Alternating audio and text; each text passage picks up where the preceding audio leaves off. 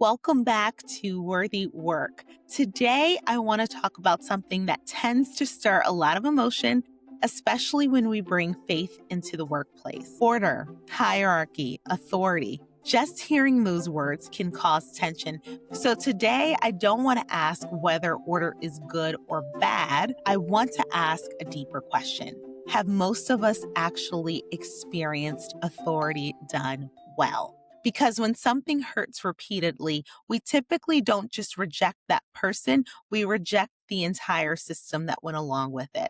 And that's why I want to take us back to God's original design, not to justify harm, not to excuse abuse, but to recover what was always meant to be good. Scripture tells us in 1 Corinthians 14:33, for God is not a God of confusion, but of peace. That verse matters because it connects order to peace, not to power. From the very beginning, God creates with structure.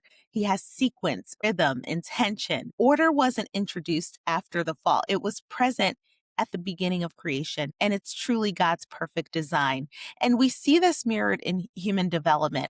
Research consistently shows that lack of structure increases anxiety in children, in teams, and in organizations. In fact, studies in organizational psychology show that employees with clear expectations and defined roles are up to 23% more engaged than those without them. Structure doesn't stifle growth, it supports it.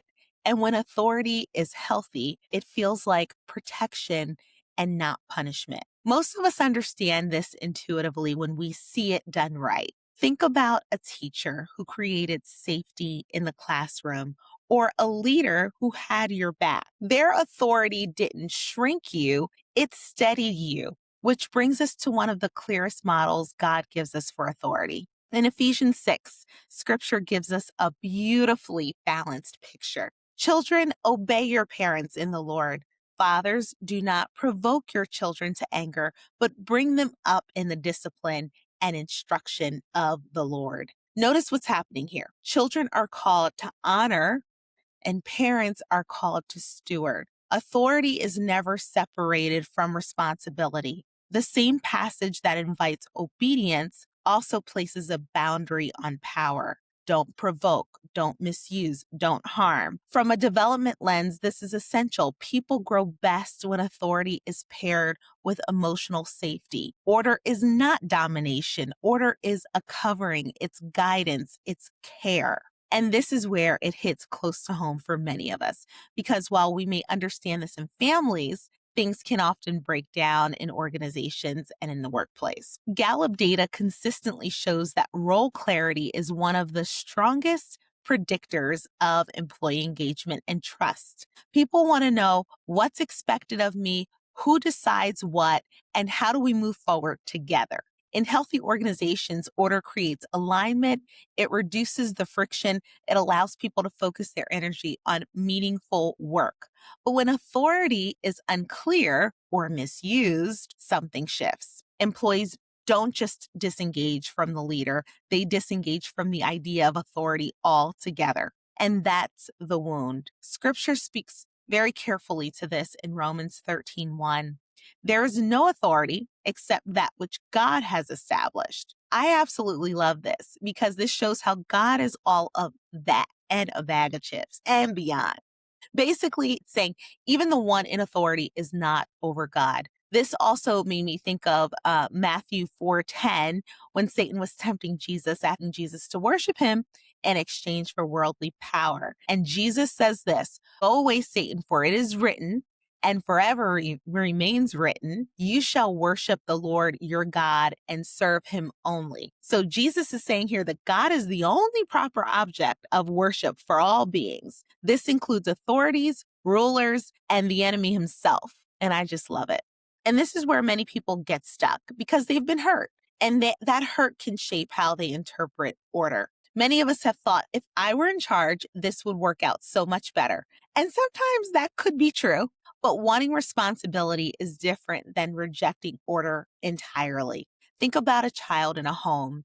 They may be insightful, they may be capable, they may even be wise beyond their years, but they don't carry the responsibility of protecting that household. Order isn't just about capability, it's about calling, accountability, and care. Leadership carries weight most people don't see until they step into it. So, what if we didn't throw out order, but we redeemed it?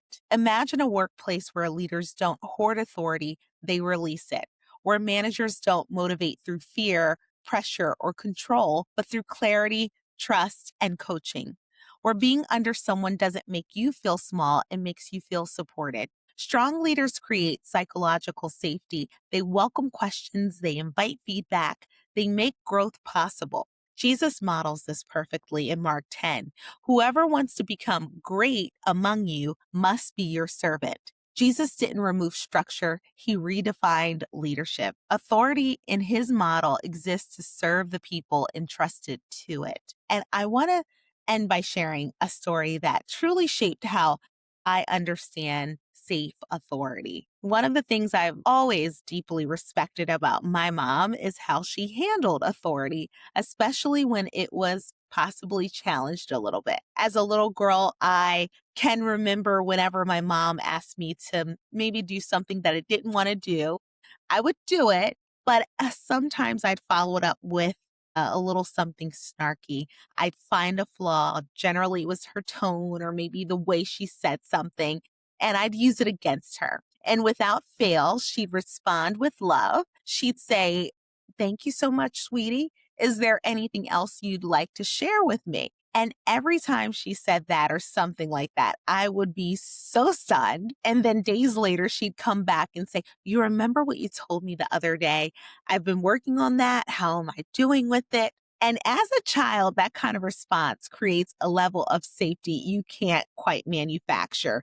It also showed me that maybe she doesn't take my criticism too personally, but let me be very clear. The order in our home was never in question. My mom was certainly the parent. She did not play games, but she was also clear that God was above her and that she was not above correction. And that combination of clarity and humility made me feel safe enough to bring really anything to her, even to this day. I have to say, healthy order, as we can see here, it creates safety. Safety then builds the trust.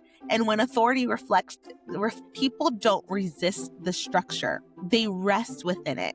And that is worthy work.